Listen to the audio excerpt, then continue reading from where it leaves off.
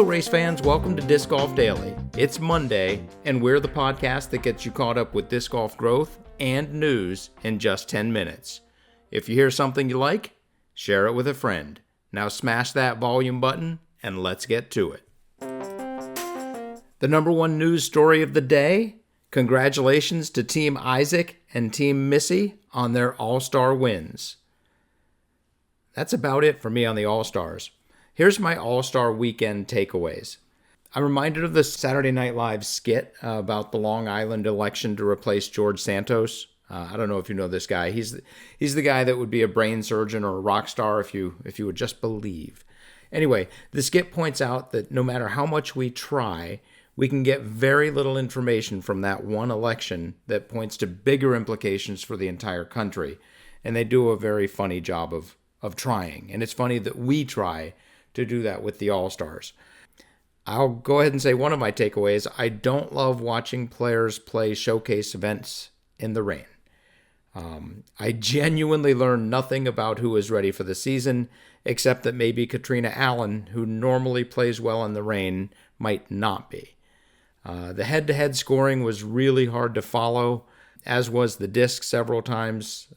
It's a preseason event. We gotta get all the kinks worked out. I will say there is going to be some exciting competition in the women's division. Eliezra Midling wins the distance competition. She is no fluke. Morgan and Jordan Linz, we've been hearing their names towards the end of last year. They are serious contenders. They got third and fourth in putting. It was really fun having them there as a little showcase. They will both be competing in chess.com invitationals, as well as Eliezra. The Innova blog, this is kind of an aside, but the Innova blog told me about a guy named Calvin Lonnquist. He also is no joke. In March 2021, his rating was 926. In March of 2022, it was 969. In March of 2023, it was 993, basically going up 40 or 50 points and then another 30 or 40 points. In October, it was 1024. His last 6 rated rounds have averaged 1037. The guy plays multiple rounds a day, 500 plus practice putts a day. And I'll go ahead and say one last thing. If you drop the one fluke round, it was like 996 rated, because that's so bad. His rating averages 1046 ever since last November. Look for him. He's going to be playing. He's signed up for all of the tour stops he can sign up for so far. You heard it here first. Calvin Lonnquist, unless you read the Innova blog, and then you maybe heard it there first. So I will say also, this will be the most competitive season on both the men's and the women's side. Let's hope the rain holds off. Let's hope the stats are ready. Let's hope the putts are sticking and the cameras are steady. Here's to a great 2024. UDisc continues their release of the top 10 courses in the world. The number 6 course is new to the top 10. It is Persimmon Ridge in Greenville, Arkansas. This course jumped from 27th to 6th. Congratulations, Persimmon Ridge.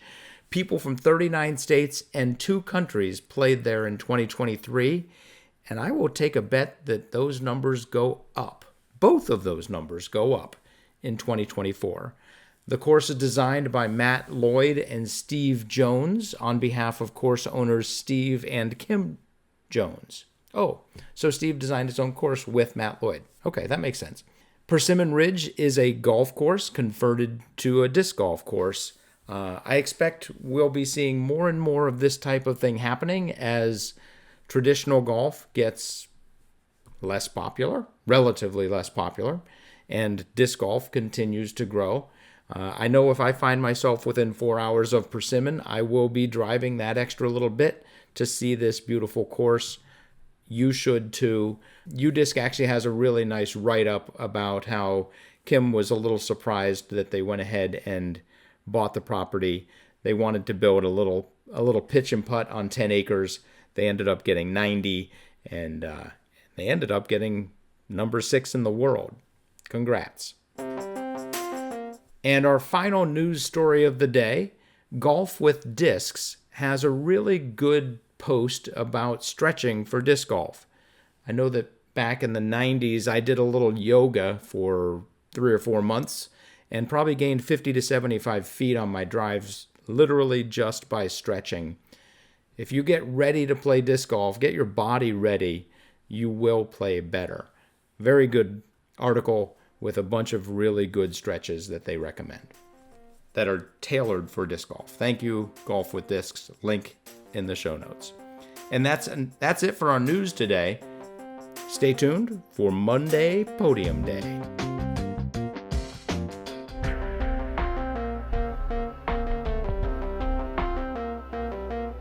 On Monday, we tend to go over who did great over the past weekend.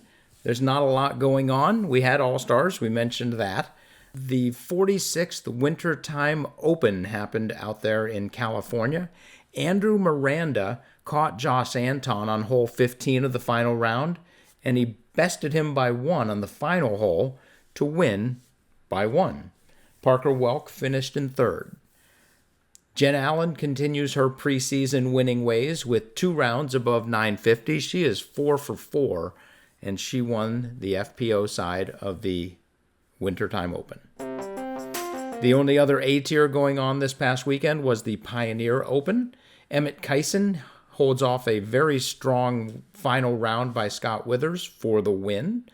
And Sophia Danecki, my apologies on the pronunciation, she averaged over 970 rated golf over 3 rounds to win by 10. An impressive win, no doubt. We're not going to go over the top cash earners or the PDGA points. They haven't changed yet from last week. I'm guessing that those 2 A tiers haven't put all of their data in yet. So we'll close the show with the growth of YouTube player pages. Casey White grew the fastest this week. He has an Olympus preview, which is really well done with Trevin Crow. And he had a glitch versus Spore battle. The Spore is Discmania's version of the glitch. And Eagle McMahon was second fastest in growth. He had his MVP bag build. And then, interestingly enough, Trevin Crow, who has 891 subscribers, grew the 3rd fastest with his collaboration with Casey White. They did an MVP Discmania battle, glitch versus Spore. I won't spoil it, but I will tell you it came down to the final hole. And there we have it. That is the end of Disc Golf Daily for Monday. I hope you have a great time out there. If you have any news, questions, thoughts, feel free to email them to me at discgolfdaily@aol.com. Throw them straight and hit the thin gap.